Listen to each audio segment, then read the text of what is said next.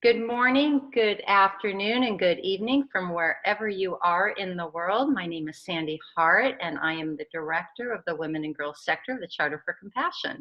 It's my delight to welcome you to this V2020 webinar called The Transformational Power of Compassion in Grief.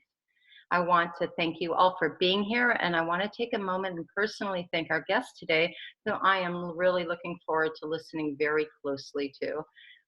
We also want to thank Zoom, our digital partner who makes these calls possible. First, a little housekeeping. If you are here on your computer, at the bottom of your screen, you'll see a chat window where you can drop in your questions for our panelists. However, immediately following the first hour of this call, we're going to move into opening up our meeting to everybody, and everyone will be elevated as speakers so we can have a roundtable conversation, which is what we do here at the Women and Girls sector. We are definitely operating in divine feminine leadership. The Vision 2020, or beg your pardon, the V2020 series is a program of the Charter for Compassion's Women and Girls sector, and a series developed, produced, and moderated by Joan Marie, whom I will be introducing to you. But first, I want to take a moment and tell you a little bit about the Charter for Compassion, which is a global thriving network founded on the declaration of the Charter for Compassion, which has launched 46 cities and regions of compassion, more than 2,000 partners organized into 12 sectors of society in 52 countries. The Women and Girls sector is the 12th sector operating in feminine leadership to improve conditions and advance solutions, and also further strengthen our Cities of Compassion initiative. And we invite you to please visit our website and follow us on Facebook to learn more about our newly formed Next Gen Task Force, and also our newest initiative, Partnership for a Safe and Sacred Now, which is designed for the ultimate goal where human trafficking, domestic violence, and any form of violence against women and children will one day considered absurd. So with that, I also want to mention that we are fueled by and only able to continue our free programming with the shared treasures and the generosity of our community. So we invite you to consider a donation of any comfortable size, which you can make at the charterforcompassion.org, and just make sure you note Women and Girls in your comments. It's now my delight to get out of the way so you can hear from these remarkable speakers and introduce you first to Joan Marie. Who is the regional director. She's actually the regional co-director of the Women and Girls in the Sacramento, California area, noted as Compassionate Capital Region. She's co-founder of Compassionate Capital Region, and also a Women and Girls ambassador and producer, like I said, of the series. So Joan is also an artist, a conscious touch educator, and so much more, which you can find out about by going to our Charter for Compassion website. Under the partnership tab, you'll see Women and Girls, and under that you'll find our leadership tab where you can read all about Joan and our other leaders. So Joan, it's my delight to now welcome you, and thank you so much for bringing us this program and these lovely women who I can't wait to hear from. Thank you, Sandy. Really appreciate that. I want to welcome everyone today, and as you know, and some of you may not know, that V2020 was originated from the calling of the year 2020 being the 100th anniversary of the women's right to vote, the 19th Amendment, and the women's suffragette movement, and also the 150th anniversary of the Mother's Day Peace Proclamation. And that was written by Julia Ward Howe. You can read that on our Facebook page and also on the website. And for me personally, I really feel like that was written right after the Civil War, and there are many things in there that are kind of like guideposts where she's calling throughout time women to gather and come together to talk of the greater needs of peace. And one of the lines in there is that when the women come and gather, the first thing that she would like people to do is to bewail and mourn all that has been lost. And that really prompted me to think about the importance of acknowledging grief. Our society doesn't necessarily support the process that we go through, and it's very individual and unique for each of us. And so I thought a lot about who I would like to have talk about that. And I have two very special people that I am excited to share with you. And the first one is Janet Steinbach. She has a BA in psychology and an MS in counseling and a licensed marriage and family therapist since 1988. Janet has been active in the mental health profession for over 30 years with a private practice in psychotherapy, providing counseling to adults, families, couples, and children with a focus on depression, anxiety, grief, and loss. An accomplished educator, having taught in a graduate program for counseling, sharing her knowledge and experience with students earning their master's degree. Janet draws on her diverse counseling background in private practice, community-based programs, prisons, schools, and substance abuse facilities, engaging students in learning relevant course content by using a variety of teaching methods. And I had the honor of working directly with her for, I think, about 23 years, Janet. So welcome. And we also have Michelle Mariscal. She has 30 years experience in the health and wellness field with a focus on professional development. Her formal education includes molecular and cell biology, kinesiology, hermetic science, and esoteric philosophy. She's a health coach through the Institute of Integrative Nutritive Nutrition, educated and experienced in several integrative health modalities, Reiki and pranic healing, and completed a 7-year apprenticeship in shamanism.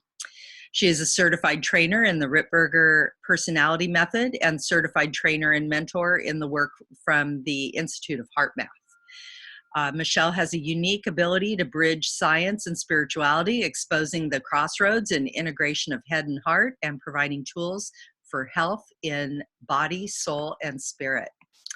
So welcome, Janet and Michelle. I'm so honored to have you both here and looking forward to this conversation and supporting women in their journey of, I feel that we're all evolving and moving forward. And I really want to tap into the wisdom that you both have to share about this. I want to first ask Janet, what, and then I'll ask Michelle, what is your definition of loss? And is there a difference between grief and loss? I think for me, grief is the expression of loss, and loss can certainly result from a variety of circumstances. Mine especially was a very unexpected loss. And when you're faced with a loss that is unexpected, it is, you're unprepared, the grief process will attach to that loss and begin taking you through a process that's hopefully going to help you heal and recover.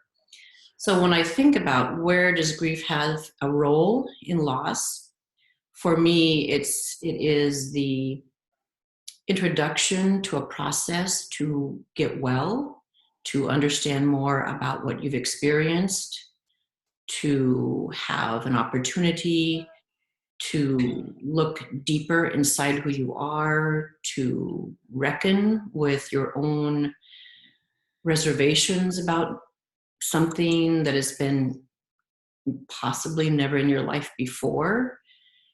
Reckon with the perspective of what grief may do to your life, how it might change you.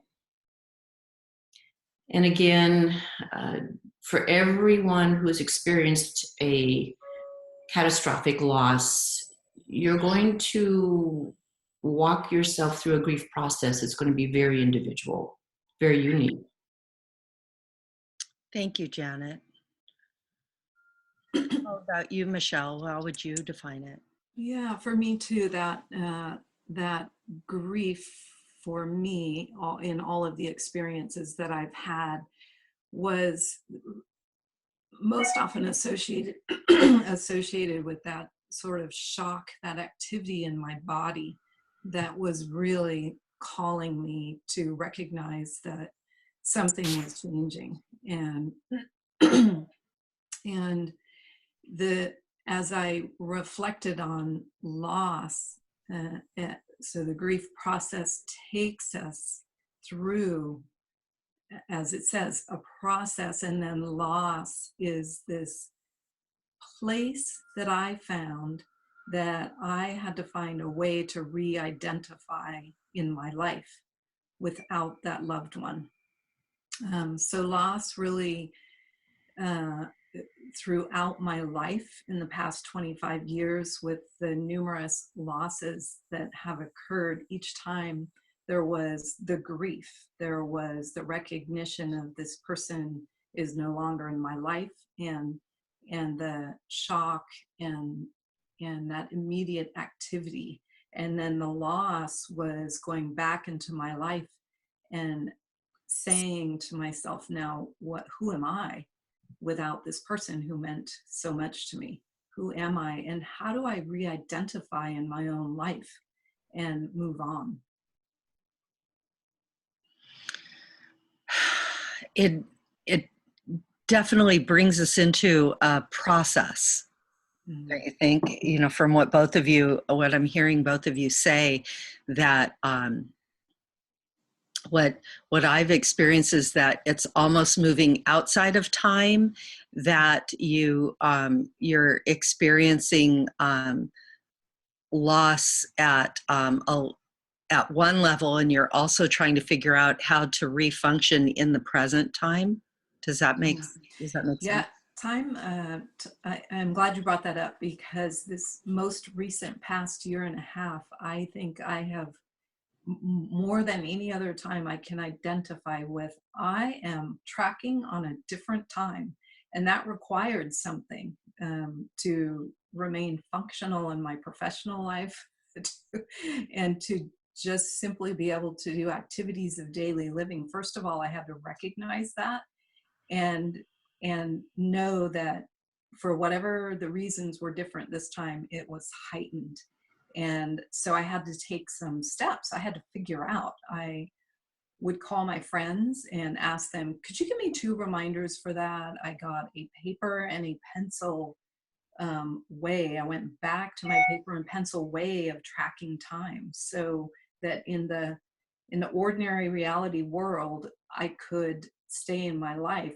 And I was very cognizant that I was consistently in these emotions and in these areas of what we might call non-ordinary or spiritual activities that I was involved in a parallel time track. But it makes it tricky, definitely tricky to keep moving forward, which I always felt was necessary. And having said that, also necessary to recognize when I needed to just pause and hit the stop button on activities of my life that didn't need to be done necessarily, and just really focus and be hyper aware on that other track that was continually calling me out of time. Thank you. And Michelle, you bring up something that is so paramount to the grieving process, and that is, how do you merge into a very different identity and accept it and become comfortable? For me, I had experienced very little grief in my life. And then with the death of my son, I was thrown into a process that I didn't really know I liked. I didn't really want to be grieving. I wasn't sure that it was going to be a process I could embrace in ways that might help me be a better person, might help me become different in how I looked at the world. I think I had a little resistance to it. And the shock for me was a platform that allowed me to stay a little bit resistant until finally that grief, as you mentioned, becomes so overwhelming. You have to climb into it and you have to decide, what are you going to do with it now? And toss out all that you know and all that you believed. And for me, look at a whole new canvas of who am I? What is my life? How do I restore? How do I find my way back? And that was a long process for me with multiple levels and variations and emotions, and not all pleasant, not all redeeming emotions that many times were an expression of someone, me, that I didn't like or wasn't even aware I was. Mm-hmm. Well, since you bring that up, Janet, why do you think that the grief process can generate so much resistance and fear? I think grief itself resonates as a huge bundle of emotions that many of us may have never thought we had to get close to, or we had to experience. There was resistance for me in a grief process that was going to include rage, and it was going to include anger, and it was going to include disbelief, and certainly brutally change a lot of my perspective and how I looked at life. I didn't want it. I was resistant to that type of reevaluation of self, and I had a lot of fear. If I allow myself to go deep into the rage and anger, who am I going to come out as? Who am I going to become? And I'm just, maybe I can kind of dance on the surface of grief and just allow myself to get in touch with the emotions that we're also aware of with grief. We cry, we mourn, we're sad, we are not very communicative, we may want to isolate. Those are well-known emotions attached to grief. But then for me, there was that fear of, I'm going to go into rage and anger, and I'm going to stomp around on the earth, and I'm not going to like anybody. And I'm going to feel very mad, and I'm going to feel very intolerant. And I don't know if I want to be that person, but it was creeping in. There was almost no choice to avoid it. So I think go ahead. So I think for the general population, we can read lots of books about grieving, lots of books about loss, and we can understand emotions, and we can see the words, we can hear the dialogue. But there is some fear in how low is that grief really going to take me? And can I go that low? And then that goes back to what you're saying, Michelle. Am I big enough to understand a complete change of identity and what that's going to mean when I resurface and maybe a very different person?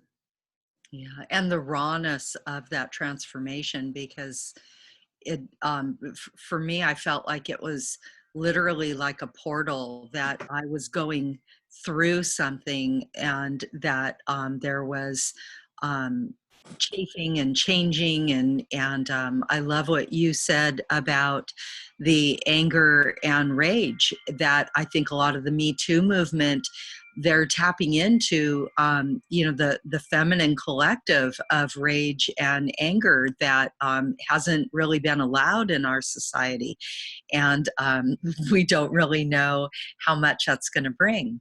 How about you, Michelle? What would Yeah, Janet, as you were speaking, the thought that came to me when you said, I don't, what's that going to be like if I move into rage and anger? How low is that going to go? How low am I going to go?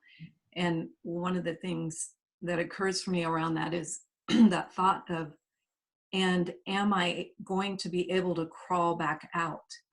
And I think that speaks to this truism in our culture anyway, that we don't have things in place that help us recognize a full continuum of emotions. And that's one of the things I've recognized that can be so helpful in grief, is this, if there was a way, even in everyday grief, and like everyday grief I talk about,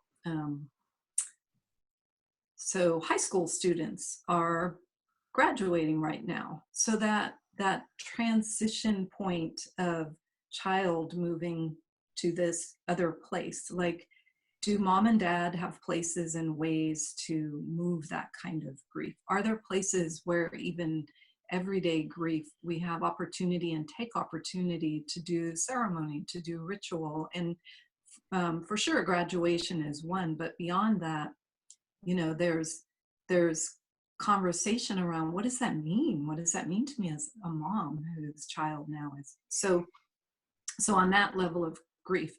But then when we talk about extremes, as your situation was, and the difficulty that brings up in what I consider to be very natural emotional reactions, how, what's in place to help us recognize this is a part of my humanness, and I know that it's on this continuum, and there is a way back. Because when we're feeling things that we haven't experienced before, that we know will be identity changing, it's that fear of the unknown that keeps us from, we know that we're wanting to have those expressions, and yet we're also afraid to have those expressions. So that's a place, I think, where individuals can get stuck in the grief process if there isn't that ability to find ways to recognize, what, rage is what I'm feeling right now, and it's where I'm going to go, and have support and have community. I think that's one of the biggest things that I'm recognizing at this point. And we bring this word compassion into this. There's a point where in our own grief we turn outward to see others are experiencing this, and in my compassionate heart, can I experience this with them in community, and what does that provide? And I think that that provides some of that turning, like that inward to outward. I always see compassion as that, as the Charter for Women and Girls, that infinity sign. Like, we really are able to have our inner experience, and then out of compassion, we can open and recognize others are having this experience, and we're received by them, and they are received by us. And it just, that's how we create community in this process. That's, I'm sorry, Joan. go ahead, Janet. Michelle, you bringing up compassion, because what it says to me is, I wasn't interested in compassion for quite a while. I grew content to be in my rage and anger, and be impatient with people, intolerant with people, blaming people. And compassion was not even hovering near me at all. I was speaking with Joan the other day, and I said to her, I finally realized how I walked closer to compassion, but it took months, it took a while to figure out that compassion could thread its way into my darkness and the rage and anger that I was growing compatible with, I was growing content with. And it began to thread its way in a very unexpected way when I began to serve the population of the homeless, when I began to work in a clinic for them, when I began to understand their lives and listen to their circumstances. That was truly how I began to push that rage and anger out with a little bit of nudging, a little bit of, I don't know that I'm quite ready to let you go, but I'm going to start nudging you further away because maybe compassion is going to feel better, but I don't know if I want to trust it yet, but maybe it can feel better. And it had to work its way in very slowly and almost as though it had a very wise plan to creep around me and find its way in, especially when it knew that there were some openings. And then it grew, that compassion just grew over the years that I did my work with the homeless and strive to serve them as best I could. That rage and anger, almost without consciously noticing, just began to kind of melt away and not be so attractive and not be so appealing and not be the place I wanted to stay stuck in, because for a while it seemed to have such a wonderful purpose to just be mad all the time. And that compassion just kind of bumped it up, just bumped it out, bumped it away, bumped it further back, and finally just kind of took over. But I don't know that it was conscious, and I didn't ask for it. It just sort of took on its own power and creeped in. Do you feel like part of it, though, was your allowing yourself to just be in your experience? That if you had resisted any of the things that had changed your experience? Yes. I think if I had invited it in, it would have been too soon. I think I needed to let compassion creep toward me and then circle around and keep looking for the openings and slowly find its way in. I really wasn't going to be in control of it. I really wasn't sure, Joan, that I wanted to toss out the rage and anger. There was something about that that fueled energy and fueled an agenda for me to just really be angry and mad at everybody and everything, and I wanted to stomp around and I wanted to do it. So I didn't want to let go of it until that compassion just kept creeping closer.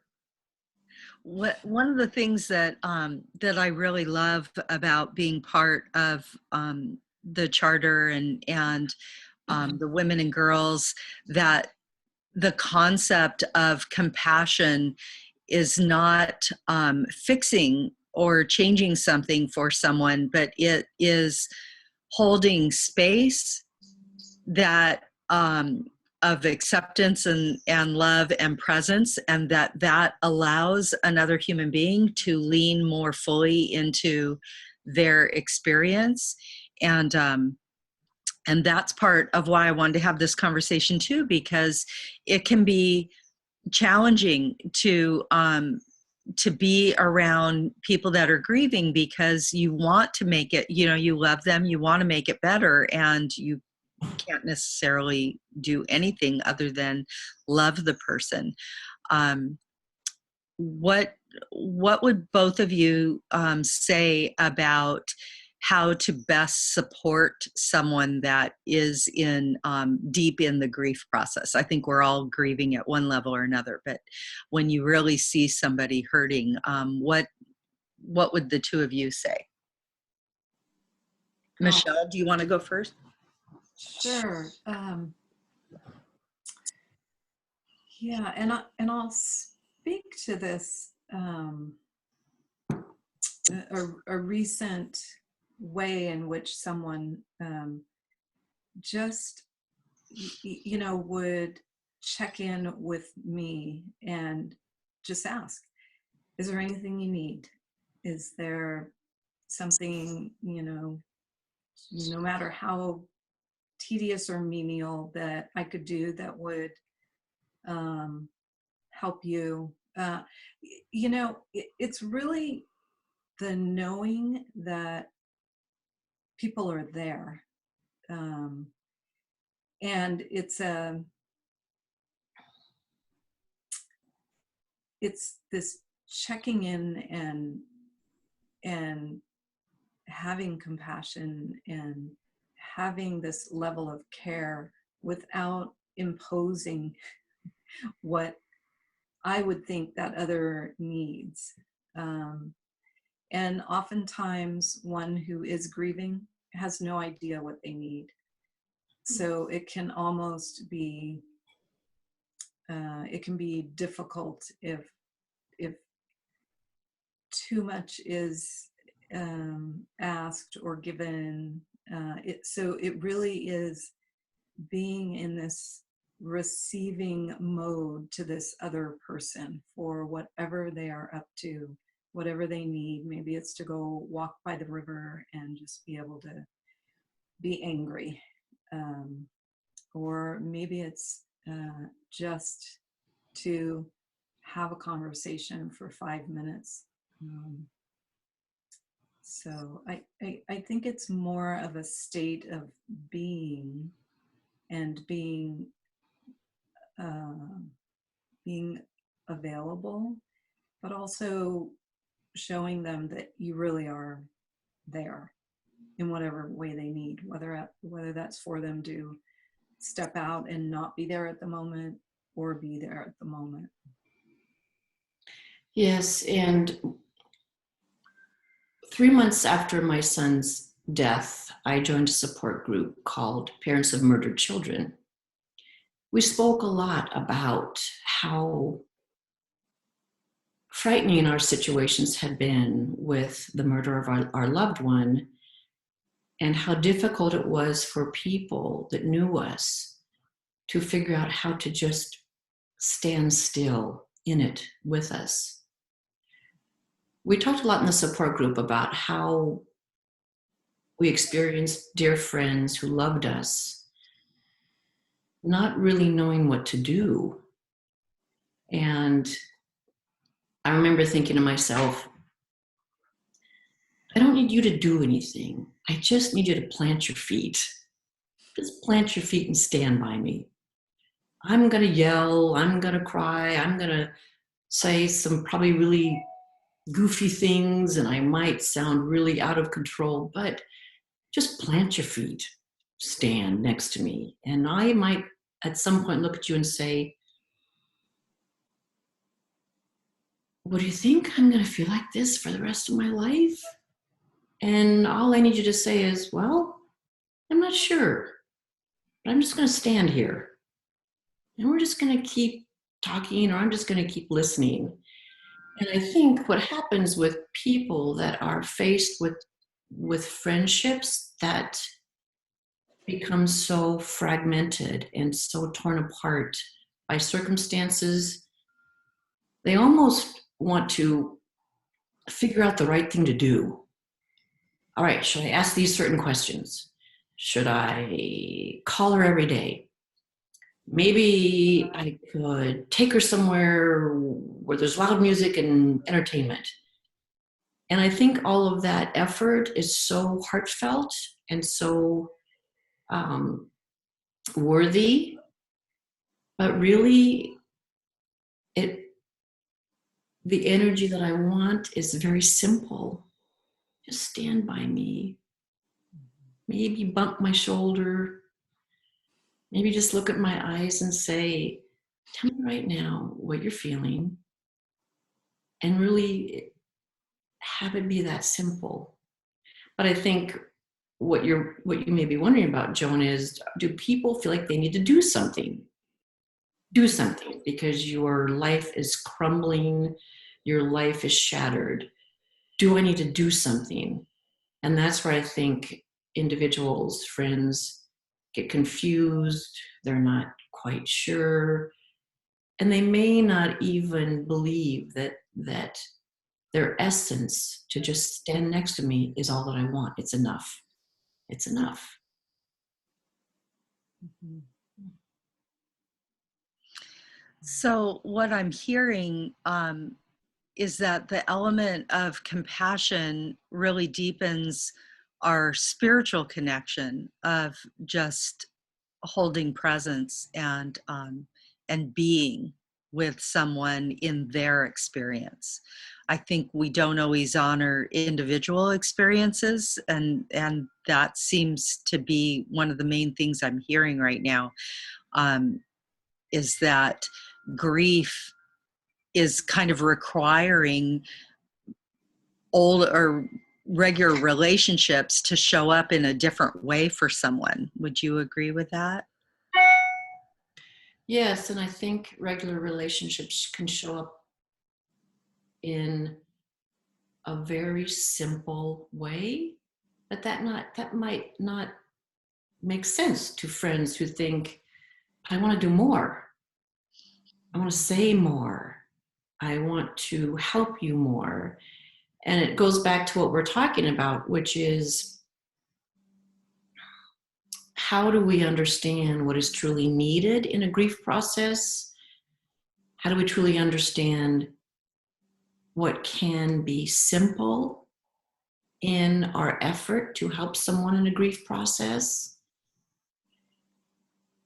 And like you were mentioning, Michelle, what are the resources and the tools to help people understand what they could be doing?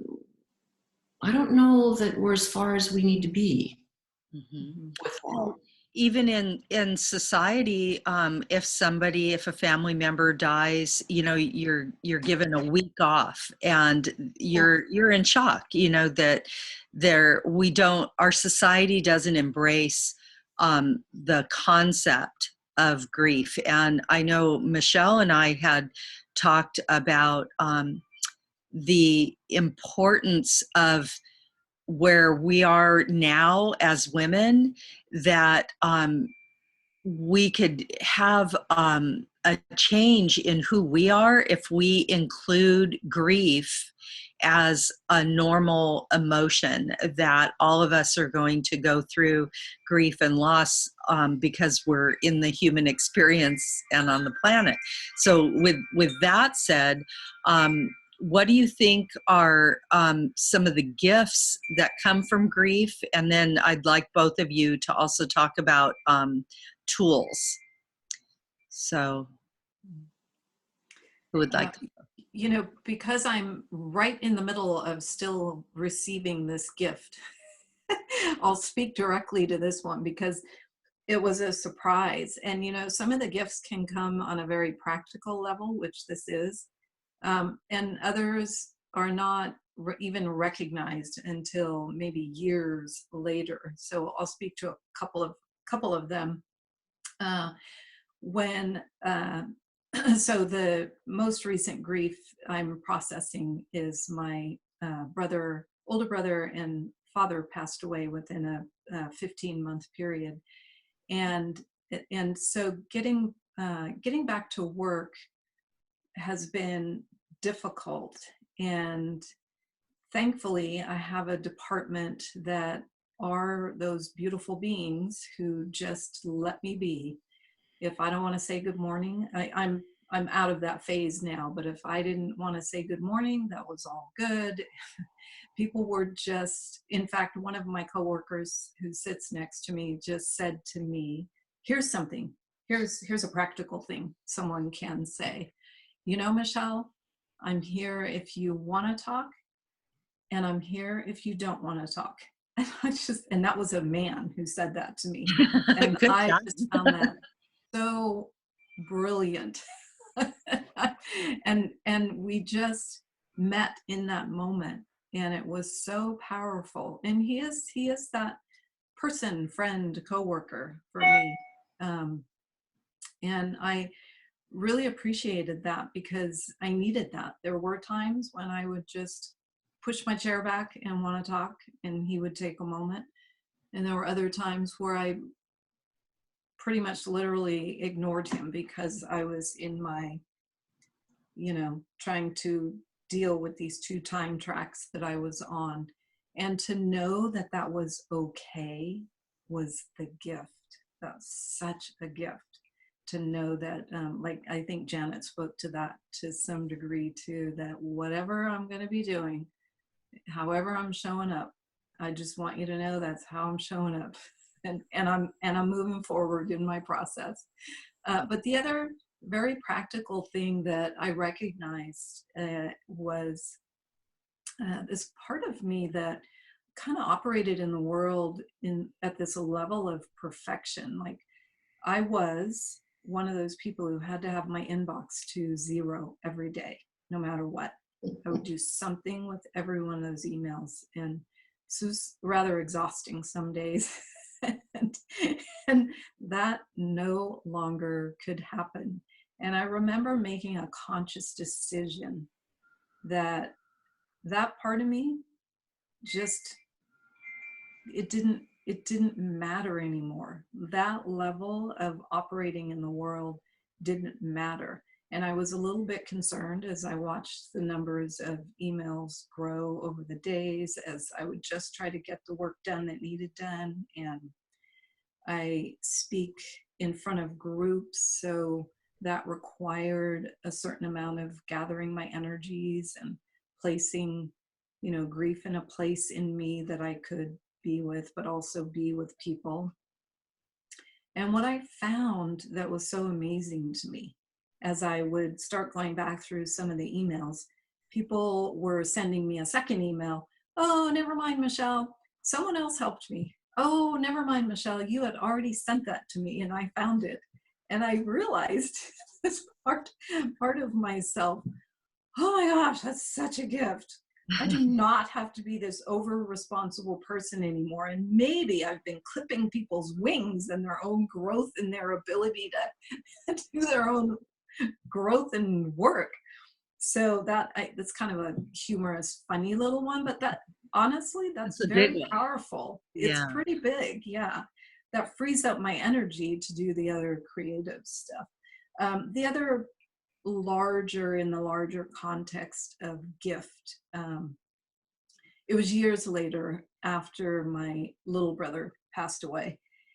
And what I recognized, and what you might have heard in my bio, is I went on turbo mode into the questions of, what does this even mean to be on this earth in this body? And I must have some spiritual being part of myself that's doing something too. And what's my soul have to do with all of this? So I just explored and did a whole lot of different things to try and figure that out, and to just to make some sense of life on earth with these, what were experiences that felt so deeply dark that I didn't have a context to understand. So, the gift in that then for me is, having learned all of this, it has turned into my offering for others. And so that was a gift I would not have, one can't say at that point, but I definitely look on that as a gift, that my desire to learn at that level and apply myself and have the ability at that level to just consistently for years be in study and experience to gain some understanding is now an offering out of me. So That's beautiful. Thank you, Michelle. How about you, Janet? Yeah, it's interesting to speak of this for me, because my greatest gift became the gift I thought I already had up until my son's death. I thought I walked around with a lot of depth. I thought I understood people. I was a counselor. I was a psychotherapist. I had a private practice. I dug into people's issues. I explored their behavior and emotions. I tuned in. But it was my son's death in such a violent way that pulled me down into more depth than I ever even thought I had. And that gift became the new platform for me to grow into a better person, a more evolved human being. And I think what's been surprising to me, but also very revealing to me, is that I hadn't gone as deep as I could. I hadn't gone down into enough depth, darkness, honesty, evaluation of self that I thought I had done. And that became a journey that I landed on without preparing myself or without realizing that I needed to be there. And that depth that has filled up my body and grown and become an integral part of who I am became the platform to open my eyes to so much more about loss and violence and sadness and grief, and how people try so desperately to recover from an incident that they can't understand, that they can't process. One of the things that I learned, and we talk about gifts, we talk about tools, what can be helpful in a process of loss. I needed to have some kind of voice. And right after my son's death, I wasn't sure what kind of voice to yell out that could be an expression of not only how I felt, but could be an expression of what could help me sort. So one of the things I did 3 days after his death was I began to journal. I wasn't a big journaler. I talked about it a lot in my practice. Journaling is great. It's a way to put a voice to paper. It's a way to go back and reread what you've written and maybe look at how you've changed, how you think differently. But I really wasn't a big journaler. So I started journaling. And that journal continued for 7 years. It is now 800 pages. And what happened to me with that journal was I could silently, quietly write the written word down somewhere. And I could write the written word in ways that were scary and vulgar and angry and blaming and accusing. And I could feel really okay about it because nobody else was going to read about me. I was in charge. And I think that was something that was so important to me at the beginning, was I needed to be in charge of something, because death by violence so unexpectedly removes all the control you ever thought you had over anything in life. You do not have any control anymore.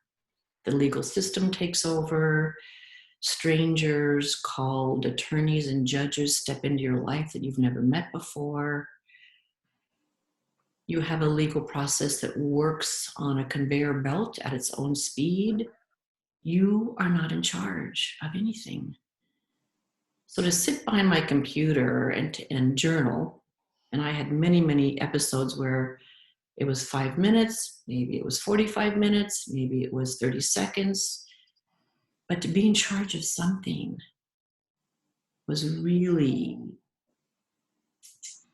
helpful, isn't even a strong enough word, became life transforming for me to be in charge of something that was personal and a part of who I was and who I might become.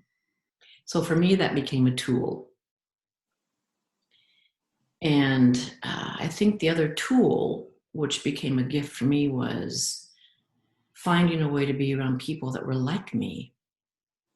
My support group for parents of murdered children became my oasis. It became my place to go and sit with all the parents who were just like me, and we could feel like a cocooned tribe that could talk language that was scary for other people to hear. We could talk language about the weapons that were used to kill our children, the process that was initiated to kill our children, the manner that people could become so vicious and so without conscience to kill. We could talk with each other. We could say anything. We could share. We could listen to the ways we tried to cope. And that not only became my tool and resource, but it became my gift of human beings that when I wanted to just close my mouth and sit, would say to me, Janet, we know what you're thinking. We know what you're feeling. We're with you. So just open up your mouth and just say something. And it was this ongoing gift of dialoguing without any fear of rejection or fear of misunderstanding. It was being able to dialogue with people that knew exactly what I was speaking of. And then the third tool and gift that I know, Joan, you've been such an observer of in my life is finding a way to be of service, which I wasn't interested in for a while.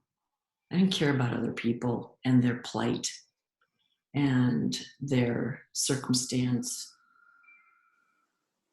But when I began to find a way to serve others, that elevated my healing process in a way that I didn't expect. It changed my perspective about life, and it changed my perspective about the survival of the human spirit. And all of three of those things, journaling, my support group, and service to others, took place in a 12 to 14 month period. And I didn't trust all of it at the beginning, but I just kept sticking my foot in and taking one more step forward. And it all just kind of washed its way into my life and became the process I wanted to stay in. That's so powerful and so beautiful what both of you have shared, and one of the things that um, I I feel is really important to acknowledge how spirit communes with us and doesn't leave us, and I think one of those elements is through some kind of the arts and the expression of the arts. And so whether it's writing or dance or movement, to find your tribe, find how how you can continue moving forward while we're in physical form and find peace. For me as an artist, when I went through a 10-year period of a lot of different kinds of loss and letting go, and it was really challenging. And Sandy is going to put up a piece of art that really helped my process. And the photograph is by Lonnie Winston, but I loved this egret and just the beauty of the drops of water, the stillness in the movement.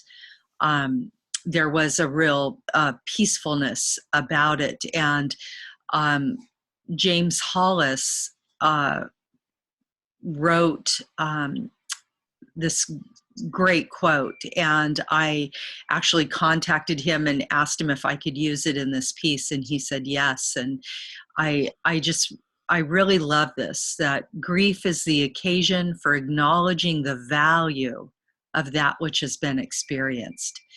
Because it has been experienced, it cannot be wholly lost. It is retained in the bones and in the memory to serve and guide the life to come. And as I was creating this is how I feel like spirit comes to us, whether we're journaling or we're in a group or we're at work, that spirit comes to us and never leaves us. We just don't always pay attention. But I had been layering, and all of a sudden this bigger, more shadowed image of the same egret showed up. And at that moment, spirit really communicated with me that this is why in nature they know how to migrate, even though it can be generational. That it's in our bones, and that all that we've experienced will never leave us because we have experienced it. And it brought me a level of peace that I don't know if I would have found any other way. So I really wanted to share that. And I'm wondering if either of you have any final statements that you want to make. I am so honored that both of you have had this willingness to come and be vulnerable and share on such a deep level. And I think it's really important with the Compassionate Women and Girls that we recognize this is our tribe, that it's important to show up for each other. So Janet, is there anything else you wanted to say? When I think about the power of compassion and the fact that I didn't want it for quite a while, and I didn't want to exercise it for quite a while, what strikes me the most is that truly compassion, with its spiritual kindness and guidance, really did become my greatest healing factor. It really did become the road that brought me back. So spiritually, the depth that I found my way toward was always attached to the journey of compassion. Thank you, Janet. How about you, Michelle? I think for me, as we were starting this call and as I was preparing, I was surprised at my anxiousness. And I just stayed aware and awake to that. like, what's that about? Because I speak often. And what I recognized was this is not a topic that is often shared in public discourse. And so that a part of me was recognizing and being with my own vulnerability, but also recognizing that that's a part of the greater whole, this not knowing how to or when to, or if it's okay to speak of grief together, and just let the conversation go to where it will for each of us. So I really appreciate and thank you and the Charter for Women and Girls for sponsoring this and ushering it into this community offering. Yeah, thank you. And we do need to close. We're going to open it up for conversation. And I really want to thank both Michelle and Janet. I think it's been a beautiful and deep conversation. And I hope it's brought comfort and enlightenment to people. I want to encourage people that we can continue the conversation on Facebook. We have a Facebook page of V 2020, and we'd love to hear from people on that. And also with sponsorship, if people would like to be sponsors, this helps keep the webinar going and also promotes your individual business. So we are going to move into the after party and discussion. Yay! So thank you, and we're going to open it up.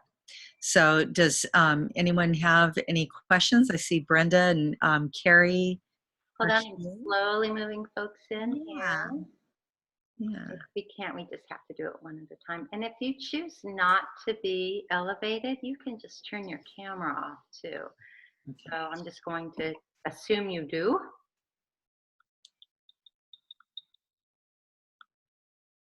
And we'll wait for everybody to come Hey, on. Brenda. Hi, Brenda. Hi, Brenda.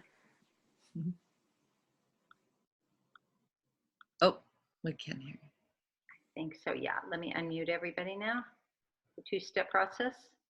A little clunky, but we are the Charter for Compassion. Thank you for your compassion.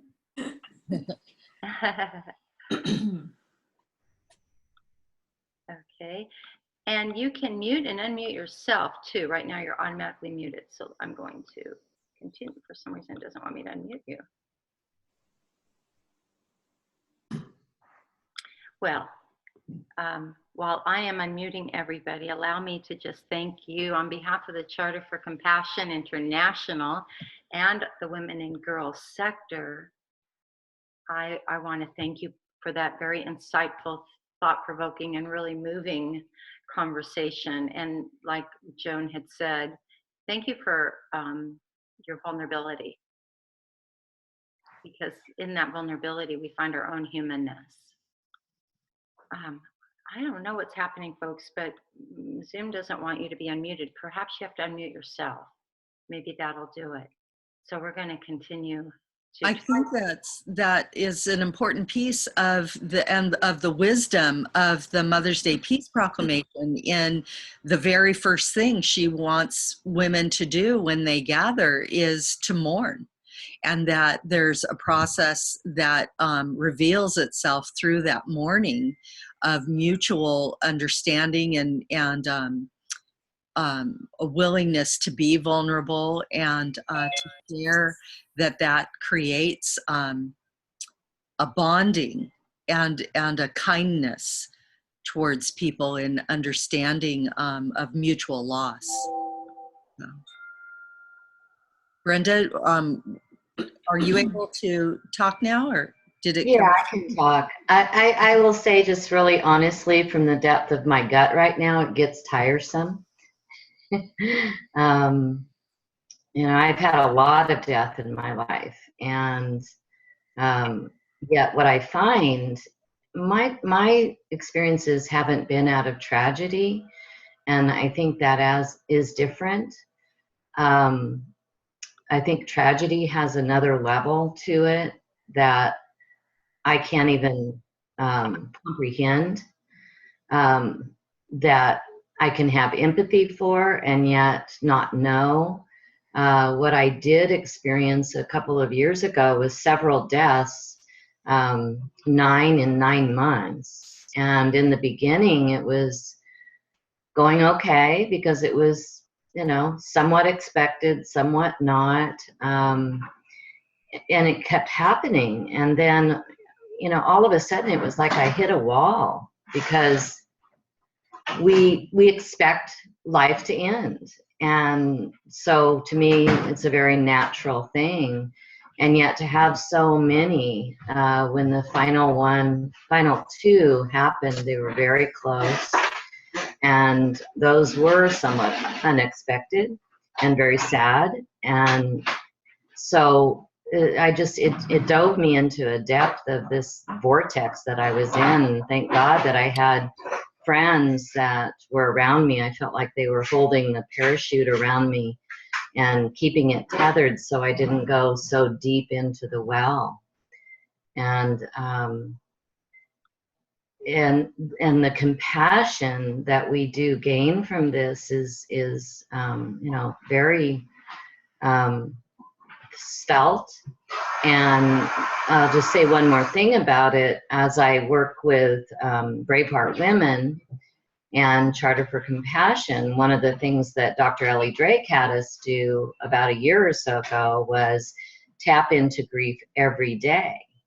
When she came up with the idea, I said, now, why would I want to do that?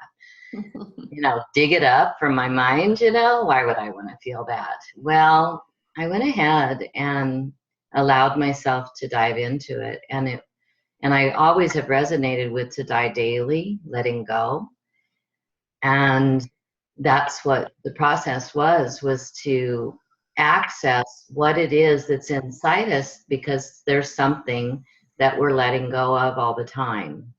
And then to step into the gratitude and then move forward into what's called a gateway of what's my purpose next. What a freeing experience, because little by little we're shedding, that old skin every day.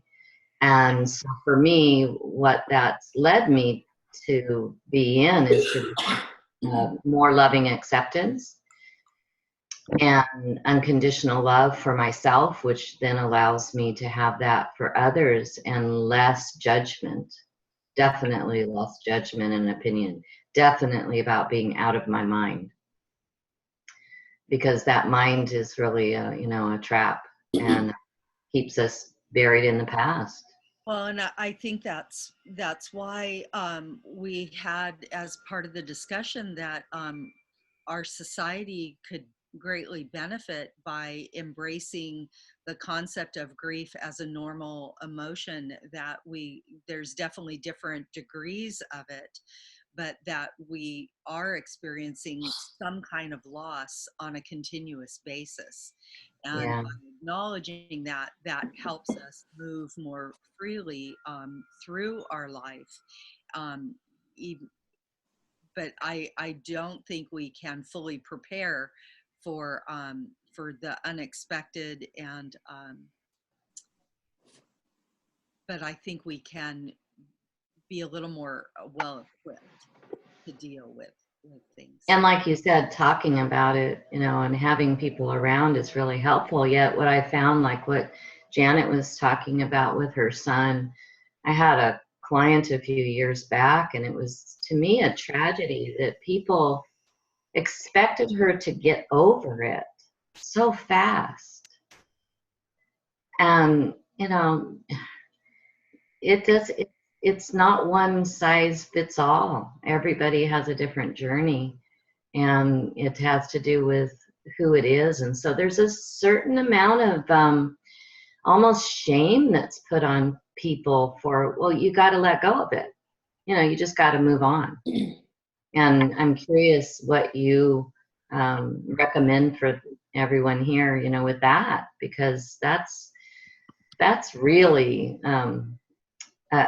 very difficult. I always find there's a lot of people around when it first happens, and then boy, within 6 months, everybody's ghosting, right? And you're still there, and you start to wonder, wow, when will I ever get out of this? I think what you're speaking of, Brenda, is so accurate. There is an unspoken expectation that we get over it, and that there should be a measurable timeline within which to get over it. And when we don't meet that timeline, people don't really know what to do with us. It's almost as though, do we keep asking you about it? Do we keep wondering how you're doing? Well, maybe if we just don't say any of that and kind of just treat life like it's moved on, maybe that's the right course of action. And I think, like Michelle was speaking of earlier, how do we have some recipe, for lack of a better word, to teach people about a grief process that may really not ever completely go away, but it changes. And it can keep changing and reshaping to allow people around us to feel more comfortable, or allow people around us to rejoin us in ways when they knew us before the loss occurred, but that really, will that grief attached to loss ever become invisible? And it really doesn't. But some of what you mentioned was, and this is my experience, I learned a lot. One of the things I learned was my friends could hang in for about 12 to 16 months with my grief. And then I think for their own survival, they had to start backing away. And I had to learn a lot about their survival in terms of, why can't you be around me? I know I'm sad. I know I'm dark. I know I don't have very many interesting things to talk about anymore. But just plant your feet. Let's just plant your feet by me. But some of the revelation I got in touch with was the grief process, which again is powerful, and it is riveting, and it is collapsing. It's not attractive, and people don't really want to hang in there indefinitely. So I don't know, and I guess it goes back to what you talk about, Joan. How do we do a more effective job of creating a process for grief that expands into a lot of areas, not just loss, not just the absence of the loved one, but the layers that spread out and affect so many areas of life? How do we really, really talk about that? Mm-hmm. So again, like you were saying, Brenda, the human being can take about so much of hanging around that dark place in that individual who can't quite function as they remember. And bless their hearts, they got a way to take care of themselves. So maybe having the self-compassion to give ourselves the space to kind of go in and out, so we take care of ourselves in the process as well. Mm-hmm.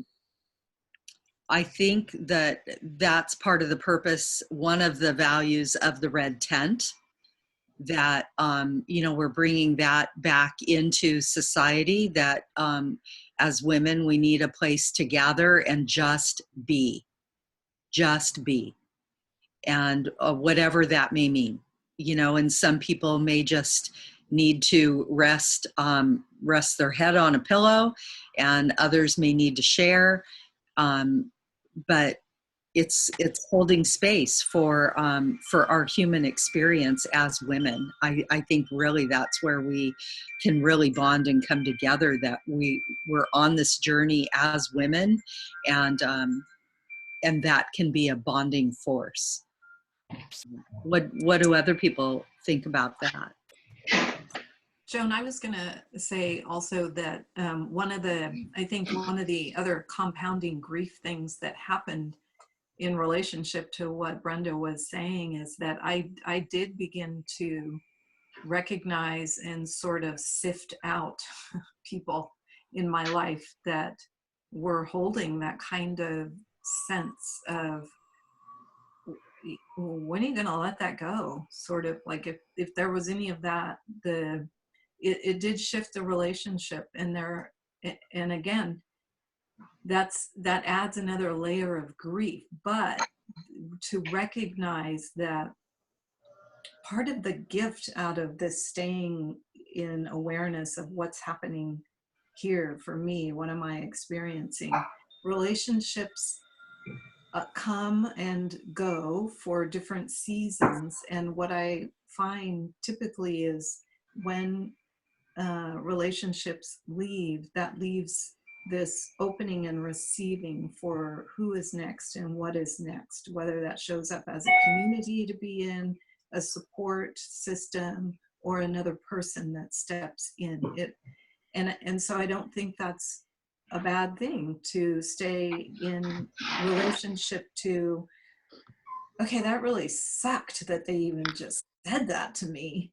What do I want to do with that? Like, you don't need to make yourself feel bad about it. It's just a time of, that's not helpful. So I'm just not going to go there with you anymore.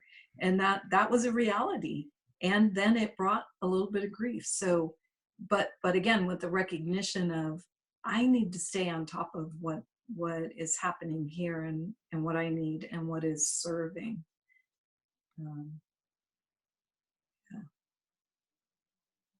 I don't know that we've moved on either, because I think in our country, death is a taboo subject for the most part. And so then we hesitate when we're the one who's lost to bring it up after a certain period of time. We just kind of go silent.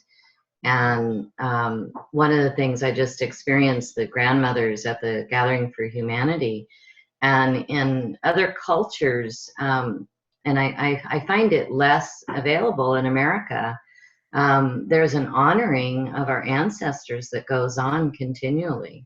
And I saw a taboo show years ago on television, and it talked about America and how we segregate our elderly people, and that is taboo to other countries. So I feel that the Red Tent and Charter for Compassion, the things that we're doing to bring out grief into the open again is something, really necessary. And America is like a teenager in the world. Absolutely. And teenagers, always know the best, right?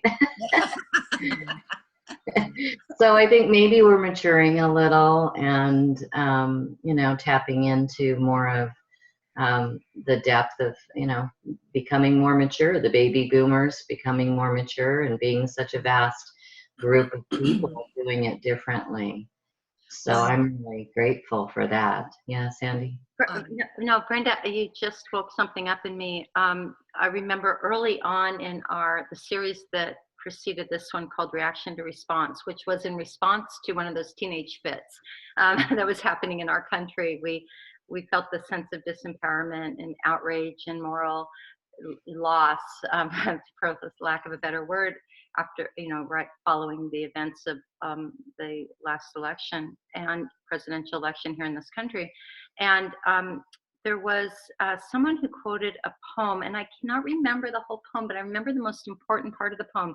And it was about grief, and it was about loving the end, not forgetting to love the end. In other words, what you reminded me about other cultures, particularly our First Nations, Indigenous, or globally actually, celebrate the end, which is a really hard nut to swallow when you're in such unimaginable grief.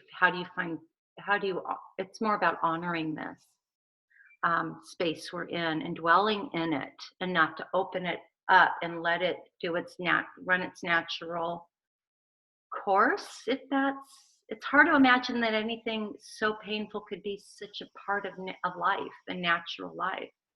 But I couldn't really put my finger on what I was hearing from all three of you on this call, in the first hour, and that's it, that this is part of a natural progression of our human experience. Yeah.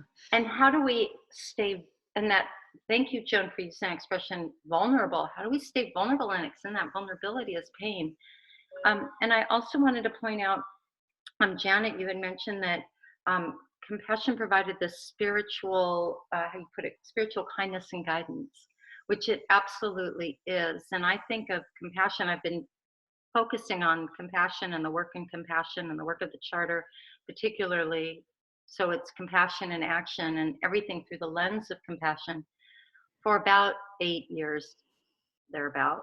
And I've come to accept the definition that compassion is the willingness to identify the suffering of another or yourself, and having the desire and the willingness to embrace it and do something about it.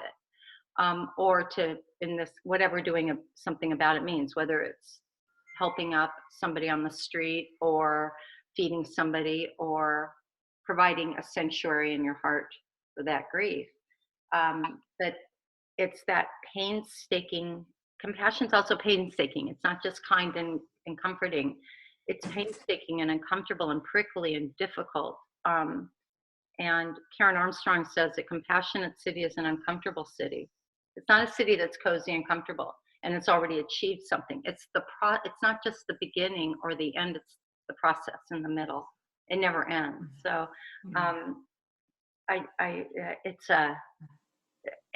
it's how we at the Charter are changing the narrative in society.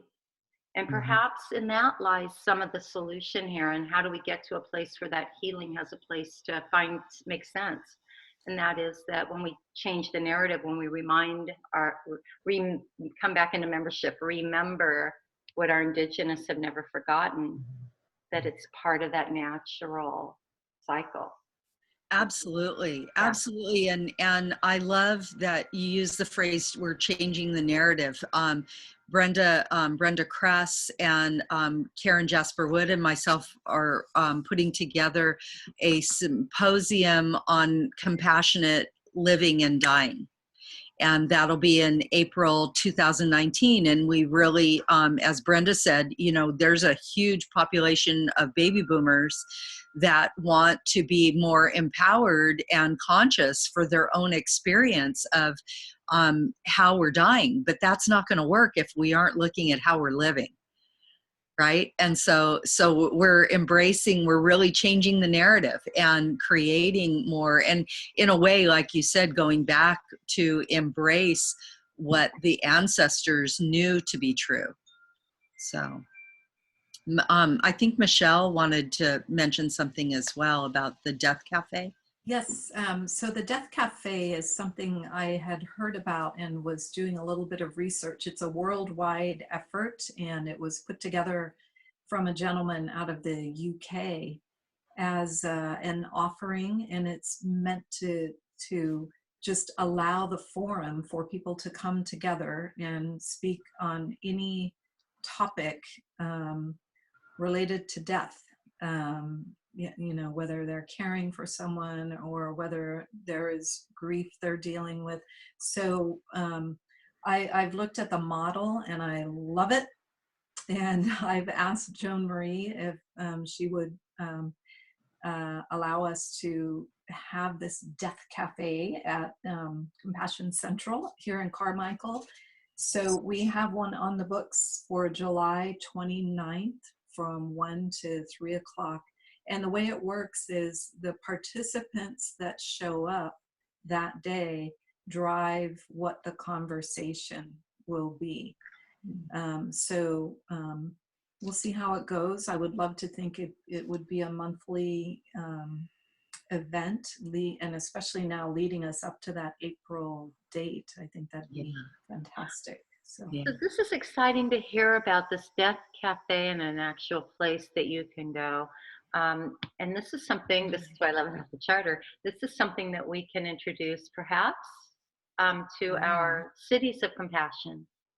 To include this in their programming and their campaign and their initiative, that this is one of the things they offer their community. If you have when you get to a place where you could actually create a scaffolding or you know, what a toolkit of it, if you will, what happens and what it looks like, with lots of room for it to be individualized. It's quite well, and I think Brenda just put the link. It is quite well written up from the gentleman in the UK. I also can provide the information from someone in my contact in New Mexico who has been doing them for quite some time, and she gave me some of the ins and outs, and you know, here's on a real basis what you want to remember. Don't forget the cookies and the tea. That kind of level. So yes, I can provide all of that, and there's quite a lot out there on the website too that's available now. Yeah. Well, thank you. We have just a couple more minutes and we need to close, but I think Brenda Gustin had something that you want to briefly share, and then we'll close for today. I don't think so. I think I'm good. Thank you, Joan. Well, I really want to thank Janet and Michelle and everyone for participating, and Sandy, as always, for holding the mothership for us.